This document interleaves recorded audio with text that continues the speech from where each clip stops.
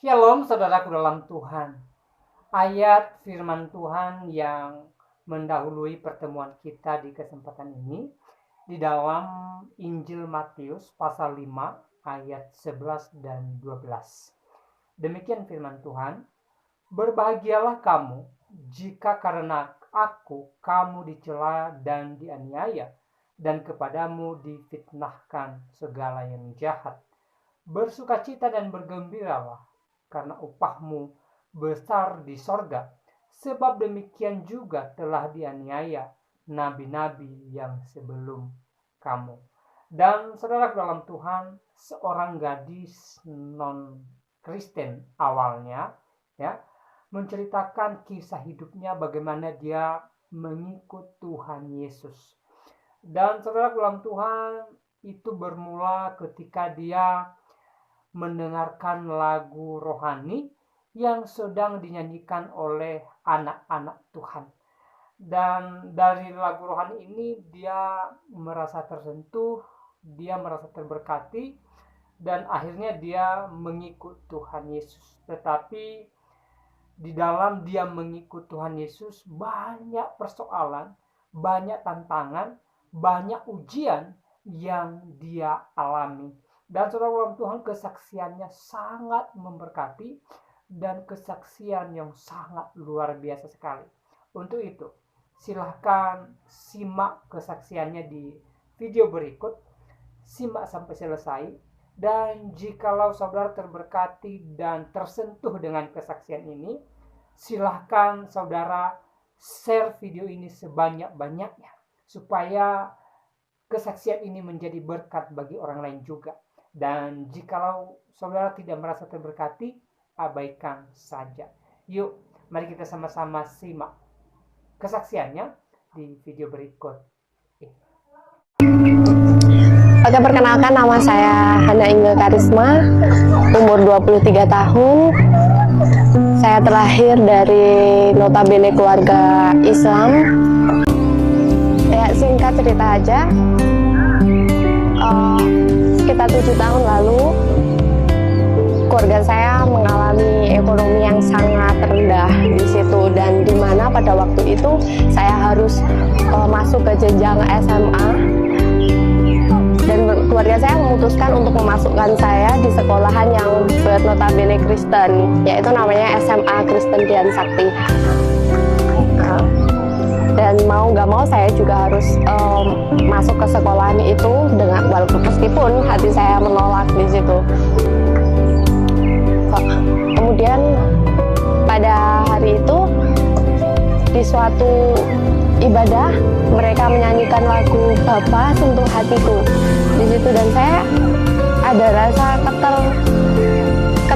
keterkaitan, terpikat gitu. Ada satu rasa penasaran yang membuat saya, kenapa sih orang Kristen itu harus nyanyi gitu kalau ibadah gitu, terus habis itu nangis gitu kan ya. Nah, di situ saya temukan jawabannya pada hari itu juga gitu. Kemudian saya dengar, saya juga sedikit ikut menyanyikan lagu itu, dan tiba-tiba tanpa saya sadari saya juga ikut nangis gitu, berlinang air mata. Kemudian ada satu hal yang membuat hati saya itu terlepas gitu, terus ada satu kedamaian yang membuat saya benar-benar merasakan dan mendapatkan hari itu seperti sebelumnya saya nggak pernah dapatkan kedamaian itu gitu.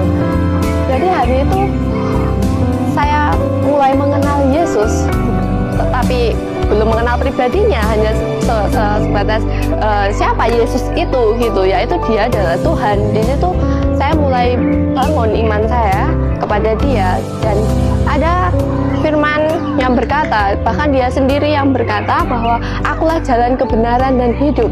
Tidak ada keselamatan lain kecuali melalui aku. Dia sendiri berkata gitu, dan Dia itu menjamin gitu keselamatan saya.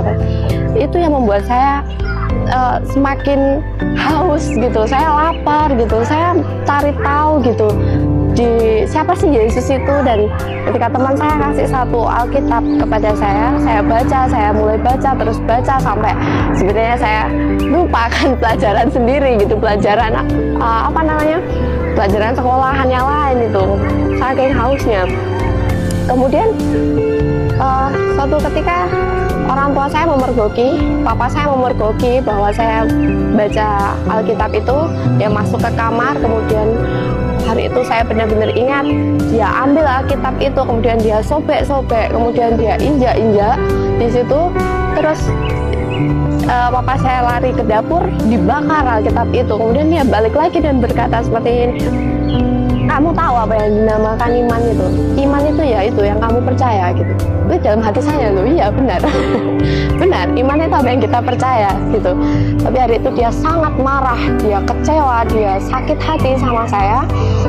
Kemudian dia tampar saya sampai telinga saya di sebelah kiri ini natap ke kaki meja di situ. Terus dia bilang gini, Inge gitu, sakit di telinga kamu bisa disembuhkan, tapi sakit hatinya papa nggak bisa disembuhkan, ya bilang gitu.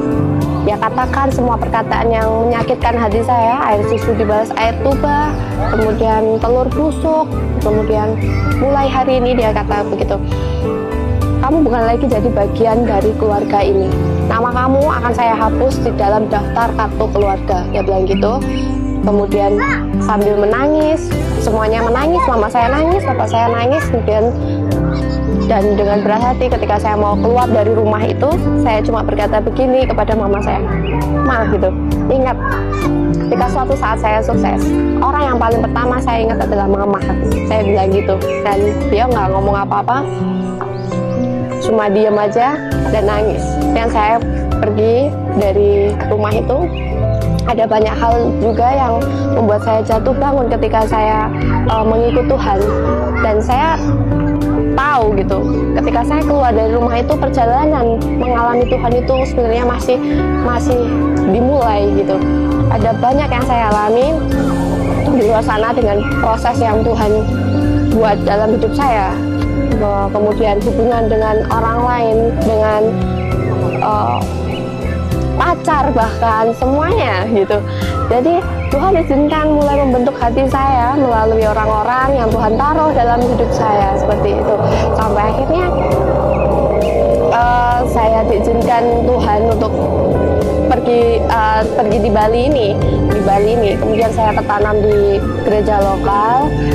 Tahun 2015 saya memutuskan untuk baptis di situ. Kemudian saya gabung ke sebuah persekutuan, saya terus bangun di situ, terus bangun, dan puji Tuhan sampai hari ini saya mengenal siapa Yesus itu dalam hidup saya gitu. Dan hari-hari ini juga saya baru memikirkan firman Tuhan dalam Yohanes 12 ayat 32, di mana Tuhan berkata, dan apabila aku ditinggikan di muka bumi, maka aku akan menarik orang-orang untuk datang kepadaku di situ. Nah, oleh sebab itu saya juga ada di sini karena firman itu juga gitu. Dan juga karena firman itu juga saya bersyukur, saya ditarik, hati saya ditarik untuk datang kepada Dia gitu. Dan saya merasakan, saya menerima kasih yang mula-mula itu. Satu hal yang saya percaya di sepanjang perjalanan hidup saya sama Tuhan sampai hari ini, bahwa Tuhan beserta dengan saya dan pasti juga dengan kita semua. Dan saya percaya bahwa Tuhan sudah memilih setiap kita sejak di dalam kandungan ibu kita. Dia bahkan menenun kita dengan karya tangannya sendiri gitu. Jadi pesan yang mau saya sampaikan kepada saudara-saudara semua, pada teman-teman semua, bahwa cari Tuhan itu dengan benar gitu. Jadi bahwa keselamatan itu benar adanya dan Tuhan itu benar-benar hidup gitu. He's alive gitu, He's alive. Dan kita percaya bahwa surga dan neraka itu ada. Oleh sebab itu kenapa saya katakan dan saya percaya bahwa Tuhan Yesus adalah Tuhan yang hidup, dan Dia adalah satu-satunya jaminan kita untuk kita datang ke kota yang akan datang nanti, yaitu surgawi, yang adalah rumah kita sendiri bersama dengan Bapa di surga. So, untuk teman-teman semua juga yang mengalami pengalaman hidup sama dengan saya, jangan pernah pantang menyerah, tetap maju dalam Tuhan, karena Dia adalah sumber dari segala-segalanya yang kita perlukan. Damai, sejahtera, sukacita, kebenaran, semuanya ada pada Dia. Mungkin sekian yang bisa saya sampaikan, kiranya memberkati kita semua, dan Tuhan Yesus memberkati.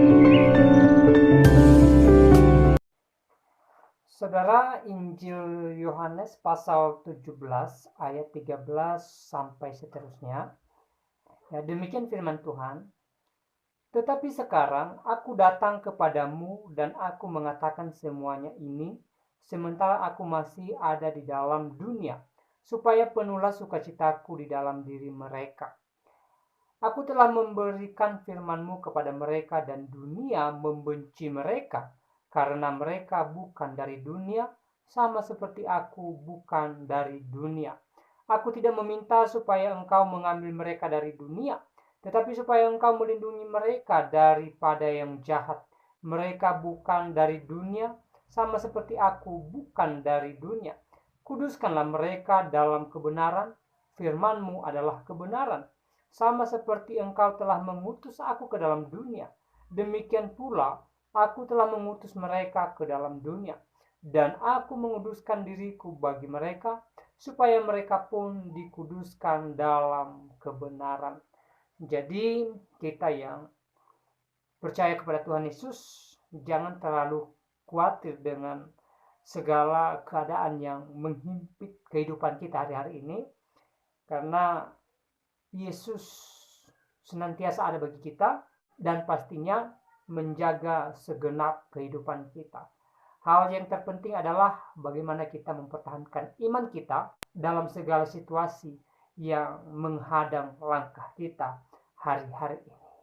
Mari kita teguhkan iman kita kepada Kristus, dan ingatlah bahwa sebagaimana di dalam Injil Matius pasal 5 tadi, Yesus berkata bahwa ketika kita mengikut Kristus, upah kita besar di sorga. Nah, saudara, kiranya video singkat ini memberkati kita dan Tuhan Yesus memberkati kita semua.